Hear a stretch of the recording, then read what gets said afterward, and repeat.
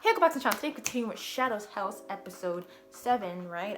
It sucks that this episode's come out every week when I post my other reaction, but this is how it's going to be. I actually watched this on Monday though. As soon as I watched Hajime, I thought it'd be better because it's already out. What am I waiting for? To watch it closer to the day when I release it, and it's an entire almost week apart when I'm watching it, and I have to put it up. But you know what? This is how it's gonna be. I can't wait to finish this only because I can't wait to get back to my movie reactions. If you didn't know, I'm back to a lot of movies so far. I'm gonna get back into when I'm done this, so it's easier time to not watch 3 series and then a movie, a lot to edit, even though the movies come out randomly. So I watch it and then I can take however long I want to edit it. Since there's no set schedule, it's just one movie. It's always I'll leave the playlist below if you're ever interested in whatever we watched, but that's not the point. We're talking about Shadow's House last episode. Emiko and John, or should I say, oh, I already messed up. It was Emiko and Sean, or should I say Kate and John. We're talking about a bunch of theories, a bunch of things they thought are probably true with Shadow's House. It got me intrigued. I'm like, okay, I like how y'all talking. It was a more intriguing episode than the previous one of that, when I watched episode 5. Okay, it was more interesting than that one, but it was just theories. Nothing is fact, right? But it was interesting hearing all that. And then after that, I don't really remember what happened. The most intriguing part to me was Sean and Emiko's conversation. But yeah, so we're gonna get into this next episode. I'm so used to saying next 3. I wish, but it also is easier to watch 1. But yeah, we're gonna get to this next episode, so without further ado, let's continue. Individual investigations.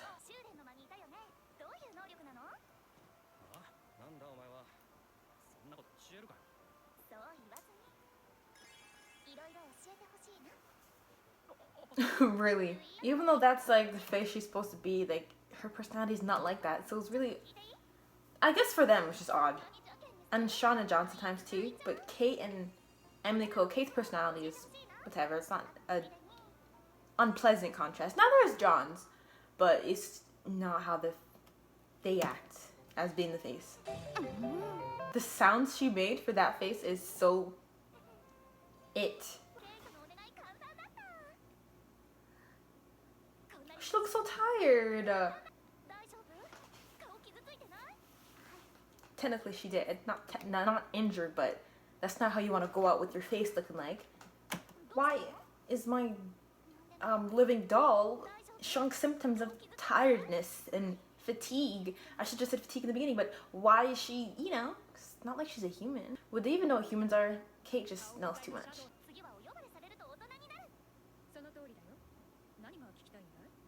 You can't just become an adult if you're 8 years old. I don't know how old they are, but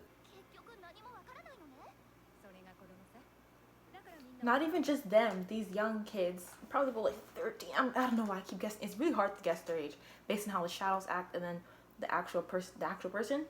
But it's not even just them becoming the adults and why you can't just automatically advance. It's Merito's too, because she seems about that age, but she's not an adult yet. Why is it a status? A title.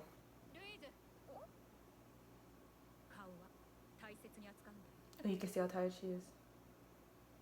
Or she probably didn't even understand what she meant until something happened to her.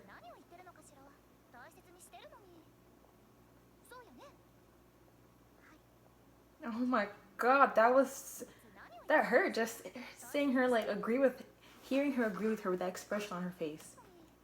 Why don't you look at me, kind of oh, the way her eyes are staring they're so blank. They captured that so well.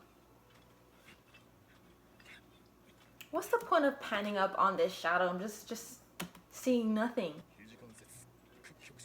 Elbow flexion type upper arm load amplification machine. Damn. Such a long name for something so simple.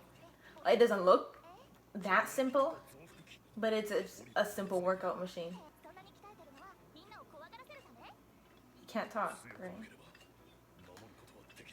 He's not allowed to talk without, I mean, none of them are allowed to talk without the copying the face or the permission, I guess. Except the one that finished the sentence for the shadow.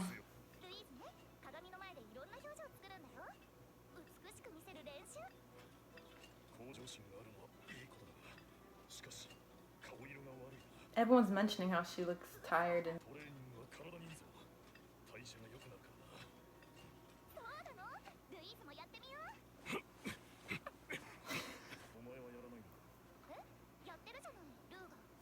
Does it correlate to your own strength? You see, they're both doing the elbow flexation workout. I mean, that's how I feel like they all treat them. That's how they were kind of taught. It seems like you treat your living doll as nothing but your face. Not even like a friend, like how Kate and Emiko's relationship, Sean and John.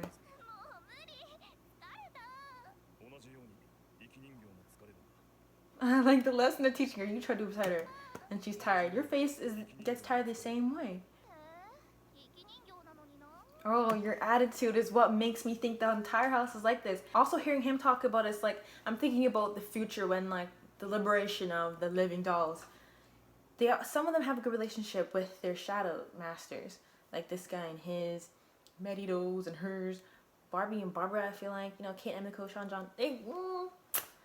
All of them pretty sure to have a good relationship, and some of them are just obsessed to the point like love the coffee drinking. But for her, she literally sees her just face. Some of them treat them that way. I feel like that's how the adults treat their face that way.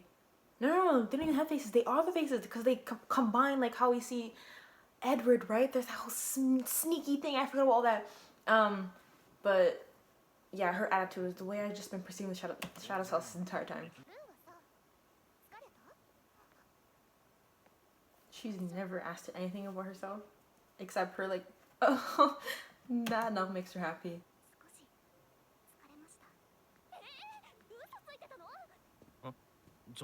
Oh, I forgot about that. They want to see him. They need to continue on where things last happened.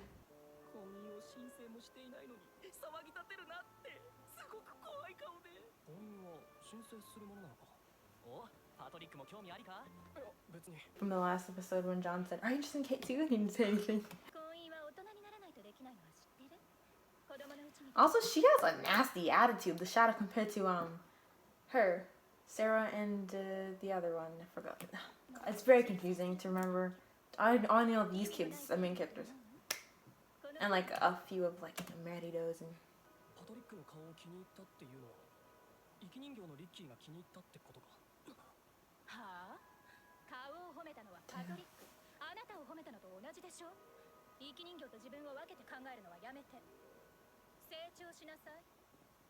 Because they are separate. See, then I see this attitude.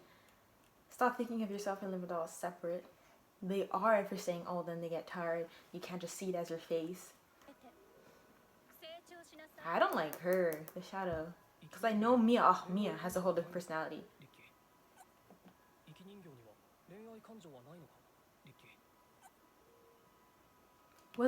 He was liking Lou. He was liking Lou. I don't know who this is. Maybe they like him.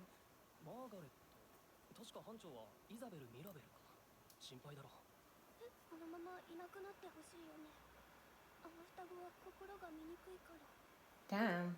Such a kind face and those words.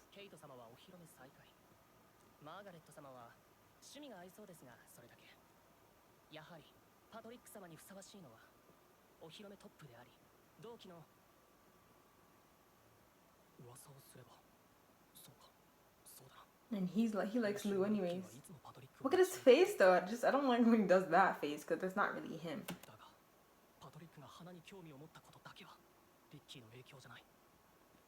And she pops up because I feel like he likes her now. Oh my gosh, what is this show now? Oh my, I remember this.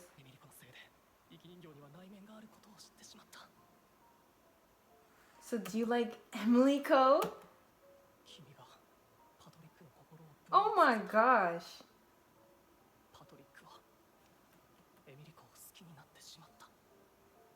And when they're talking about love and falling in love and marriage and all this stuff, it's like, I can't think they're like 10 or nothing. Like, I feel like they were older, but Emiko just looks so small. Like, but then I feel like Sean likes her. If we're thinking about liking and marriage, but then they're so small. I don't know. How old are they? I don't lead in that direction of thought, that love and relationship. But he's fallen in love with Emiko, and Emiko's, I don't see her in that way for people to fall in love with her, because she's just, But it is how it is. It is what it is. This is crazy now, because if you take this into consideration with the entire plot of the show and where we're trying to go, liberation for the living dolls, it's just, I'm thinking about the ending. I just feel like there would be that segregation, a split between the shadows and the dolls.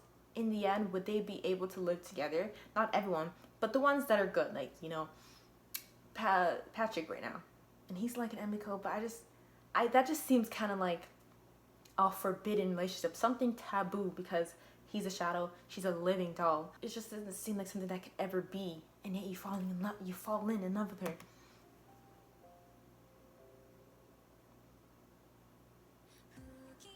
Oh no, that episode was so, what's his name, Patrick? Why am I saying that? Just said his name. He put the flower behind his back and he was like, oh, you know what, you're right, I think I should, like, I guess, consider Louise, because she's finished the debut first.